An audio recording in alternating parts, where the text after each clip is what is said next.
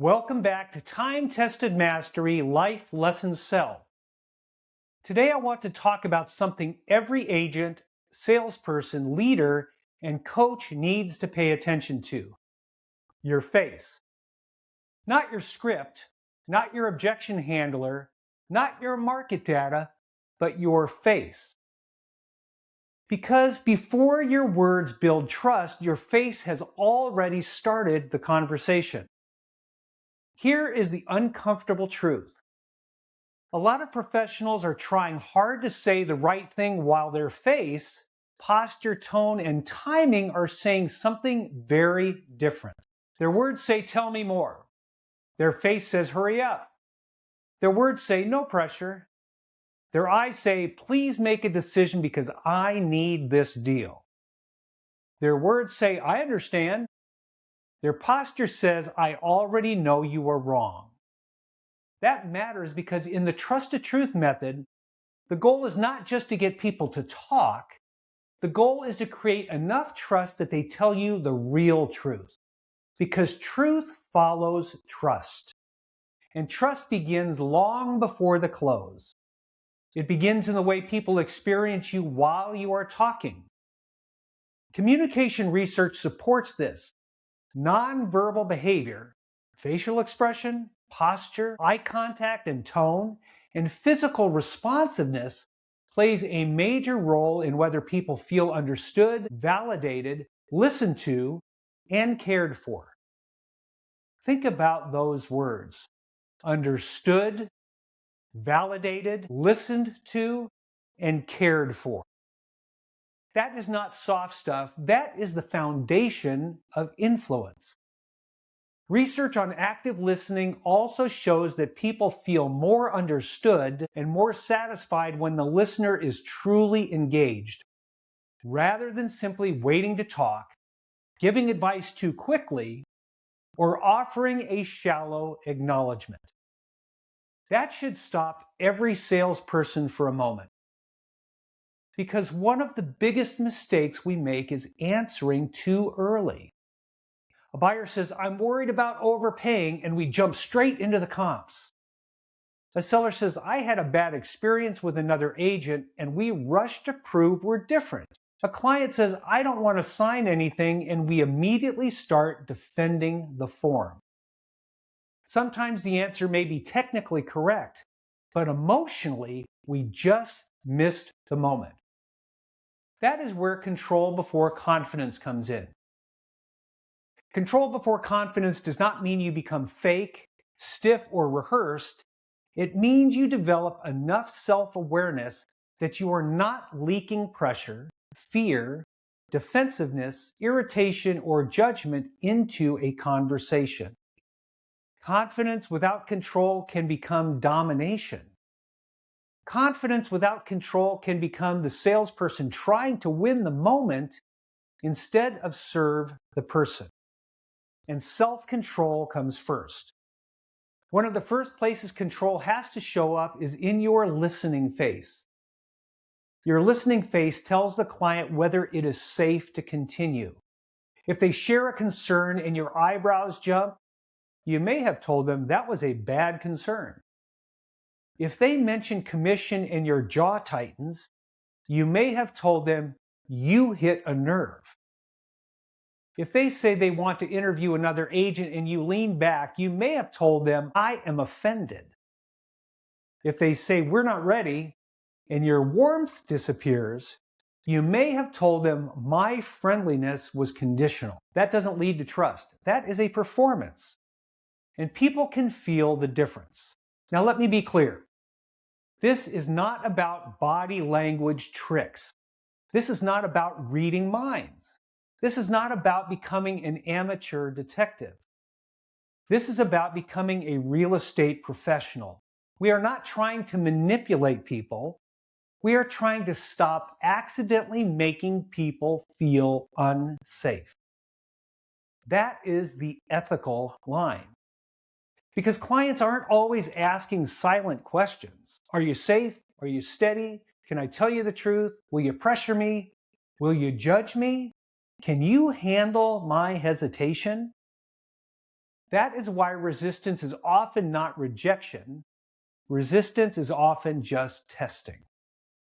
A buyer says, "We are just looking." That may be true, but the deeper truth may be we are afraid of making a mistake. A seller says, "We want to try a higher price." The deeper truth may be we are scared of leaving money on the table. A client says, "I don't want to sign anything."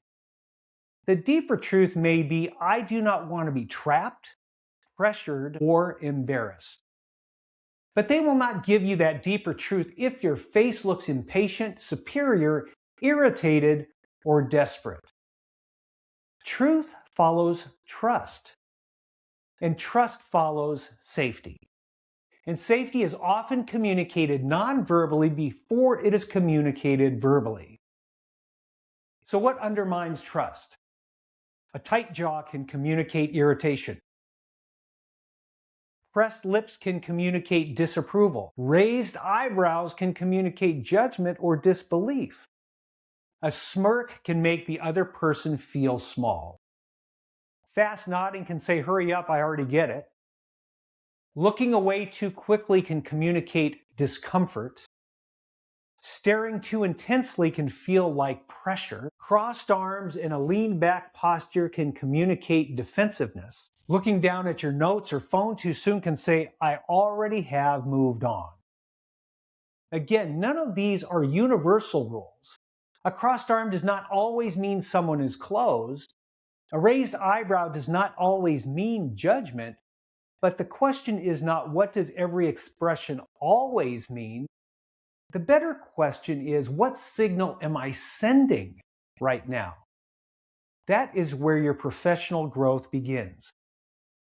Now, what enhances trust? A soft forehead, a relaxed jaw, natural eye contact, not staring, a slightly forward orientation with open shoulders and slow nods, a pause before responding. And maybe most important, reflecting the client's words before offering your opinion. A buyer says, "I'm worried about overpaying." Weak responses are like, "Don't worry, I will run the comps." A better response, "That makes sense. You don't want to get caught up in emotion and make a decision you regret." A client says, "I do not want to sign anything." A weak response is, "Well, I'm required to have this signed." A better response, "I understand. Before anyone asks you to sign something, you deserve to know exactly what it means, what it does not mean, and how it protects you." A seller says, "We had a bad experience with another agent." A weak response is, "Well, I'm not like that." A better response would be, "I'm sorry that happened. Tell me what made that experience frustrating because I do not want to repeat it." And that opens the door. That is the trust the truth method in action. You are not defending yourself. You are not performing confidence. You are creating safety. So let's put this in a real estate appointment. You are sitting with a seller. You have done the prep. You know the comps. You know the likely value, and you know your pricing strategy. The seller says, "We think the house is worth more than that." A lot of agents react before they respond. Their jaw tightens, their shoulders shift, their eyes narrow, and the rebuttal starts loading. Then the agent says, "I understand, but the market data shows," and the seller hears, "You are wrong." A better response begins with control.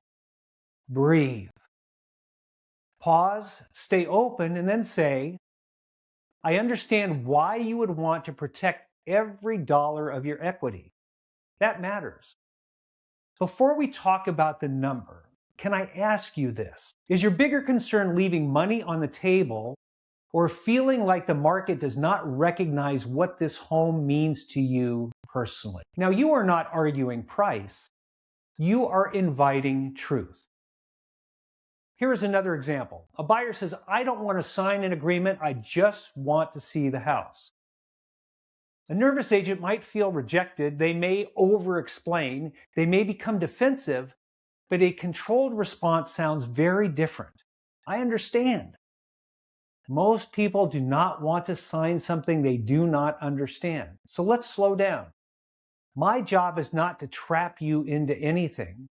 My job is to explain your choices, what this agreement means, and how we can work together in a way that protects you. That response lowers pressure. But the words only work if your face matches them. If your words say, let's slow down, but your posture says you are annoying me, the client will believe your posture. This also matters for brokers, managers, and team leaders. When an agent brings you a mistake, they are already exposed. They are wondering whether you are going to judge them, shame them, or help them.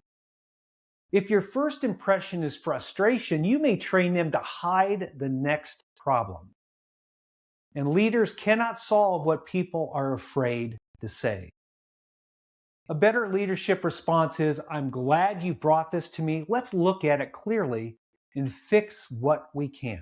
That does not remove accountability. It creates the safety required for truth, correction, and growth. So here is a practical exercise. Record yourself in a 3-minute role play. Have someone say one of these statements. I do not want to overpay. I'm not ready to commit. I've had a bad experience with another agent. I think your commission is too high. I don't want to be pressured. Your job is not to answer immediately. Your job is to listen and then watch the video with the sound off. Ask yourself, does my face look safe? Does my posture look open? Do I look impatient? Do I look defensive? Do I look like I am waiting to talk? Do I look like I can handle the truth? Then watch it again with the sound on. And ask yourself one more question. Did my words and signals match? That is the next step in your professional growth. Awareness creates control, and control creates confidence. Confidence creates trust, and truth opens the door. So here's the lesson. Your face is part of your value proposition. Your posture is part of your professionalism, and your listening is part of your leadership. Your self-control is part of your sales skill. People are not just asking, does this person know what they are doing? They're also asking, am I safe with this person? Can I tell them the truth? Can they handle my fear? Will they pressure me? Will they judge me? Will they still serve me if I do not immediately agree? And that is where trust is won. Not in a clever close, not in the perfect script. Trust is won in the quiet moment after someone says something difficult and you don't flinch. So this week, pay attention to your listening face. In your next buyer consultation, seller appointment, team meeting, coaching call, or difficult conversation, do not only prepare what you are going to say, prepare how you are going to receive. Receive concern without defensiveness. Receive hesitation without pressure. Receive objections without judgment. Receive truth without punishment. That is emotional safety. That is professional control. That is the trust to truth method. And that's where we build control before confidence. The professional who can control the signals they send while listening earns the right to speak truth when it matters. This is Mark Dolan with Time-Tested Mastery Life Lesson Sell. Bring more soul to your selling. And remember, your face speaks first. Make sure it says, you are safe to tell me the truth.